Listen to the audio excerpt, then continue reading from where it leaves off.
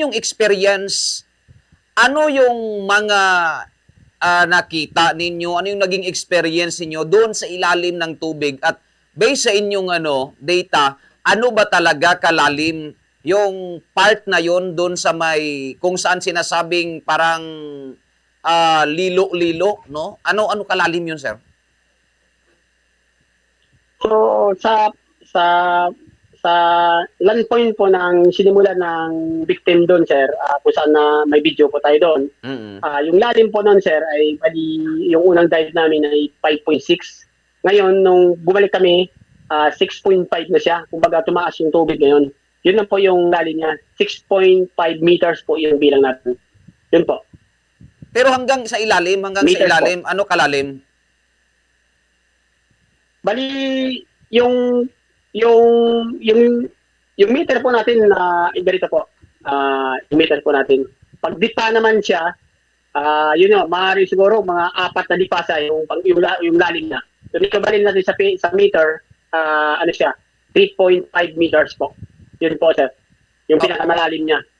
Doon sa may sa may bato na yon, doon sa may bato na parang may sinasabing ano talaga malalim, pinakamalalim na part. May nagsasabi kasing mayroong 15 meters, 20 meters daw yung yung lalim niyan. Sa estimate nyo, ganun din ba, sir? 20 to 50, 15 to 20 meters yung lalim? Hindi po, sir.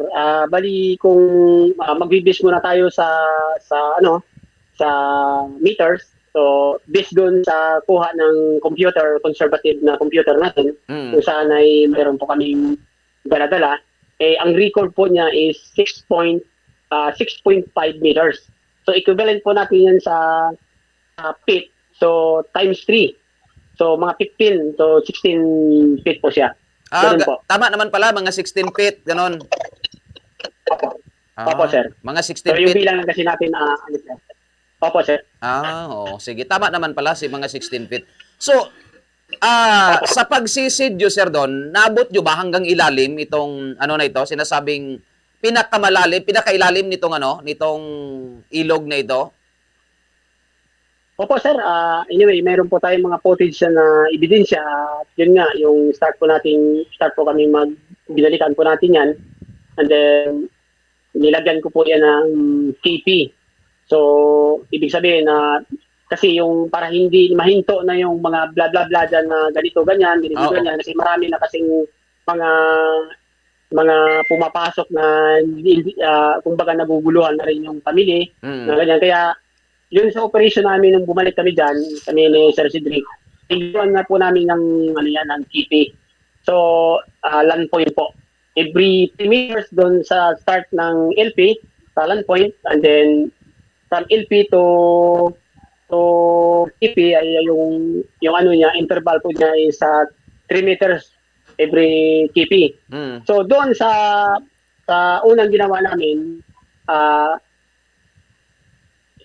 nag-video po kami, and then pagkatapos ng mag-videohan yung system ng pangpang, parang nag-curve po siya ng ganyan, yung sinasabi nila na kuiba, na may mga diver kasi doon na nag-dive din doon sa location na yun, na ang sabi nila ay kuiba. Anyway, so yung pag-dive nila rin doon, zero visibility din, medyo may pikita ka rin na kunti at kinapa rin ng kamay, ay medyo hindi clear sa kanila na yan talaga ay kuiba na malalim. So, binalikan po ng diver yan, ng grupo natin, at saka talagang kinunan po ng video at saka picture, at yun po yung natin, identify na yung kuiba na sinasabi nila ay hindi po malalim. Kumbaga yung curve lang niya parang lang ng parang kuiba lang po siya. Pero wala pong imposible na yung victim doon matrap doon sa loob. Kaya malakas din kasi yung current doon papunta ng bite ng dagat. Oo. So ibig sabihin, mayroong konting parang sabi nating maliit lang na ukab siguro ng tubig, no? Pero pag sinabi nating kuweba, ano yon? Naabot ba ninyo, sir? Parang may dead end siya, yung sinasabing parang ukab. Maliit lang na kuweba-kuweba, may dead end naman. Baka may papasok pa doon sa loob? Anyway, sir, pinasok po namin yun, sir. Talagang kung kaya nagdala nga kami ng mga special equipment doon, Oo. nung bumalik kami, kung talagang mayroon po na ano, kung mayroon siyang Kuweba. kuiba, naka-ready na po yung ano namin, yung special equipment doon, yung talagang sadya talaga sa pagpasok ng mga kuiba. Oo. Gaya ng ginagawa namin sa zero visibility sa mga experience po namin. Oo. Pero doon sa sa ginawa namin ay wala talagang kuiba. Kaya yun po yung report namin na wala talaga siyang kuiba. Oo. So, alam naman natin, marami na kayong kuwebang napapasukan, sir, no? Madilim pa doon sa loob. So, pag once na may kuweba dyan, halimbawa na may kuweba dyan sa pulo, doon sa ilog, kaya nyong pasukin, sir, di ba? Kung mayroon? Kung mayroon po, kaya po sir, kaya po. Oo, kahit madilim sa loob. May mga gamit naman tayo po kung paano natin papasukin para sa safety ng ating mga diver po. Oo. Yung na-experience po natin sa amin nga, pinapasok po namin yung mga tunnel ng planta, ganon, mas madilim nga yan din sa loob. Walang iba yung kuweba na yan at saka yun sa experience po namin, sir. Oo. So, yung sinasabing parang maliit na kuweba, mga ano kahaba, sir? Ano ano? May isang dipa ba o wala naman? Yung estimated mo lang. Estimated ko, sir, doon ng 1 meter, mga half meter lang siya, pang nag-curve lang siya ng ganyan. Mm. Makikita po naman natin yan sa camera. Yun nga, yun yung estimated ko. Wala siyang hindi siya maabot ng 1 meter yung curve na ganyan. Mm. Parang Hindi siya aabot ng parang nagano siya. parang ano lang, parang Nag-curve lang siya. parang ano lang dahil lang sa force ng tubig at current ng tubig, parang nagkaroon siya ng ukab or maliit na sinasabing Opo, ganun po. kuweba. So, oo. So ano, sir? Ano yung mga nakita nyo doon sa ilalim sa pag-dive ninyo? Ano yung baka may mga nakuha kayo, may mga napulot kayo doon sa ilalim?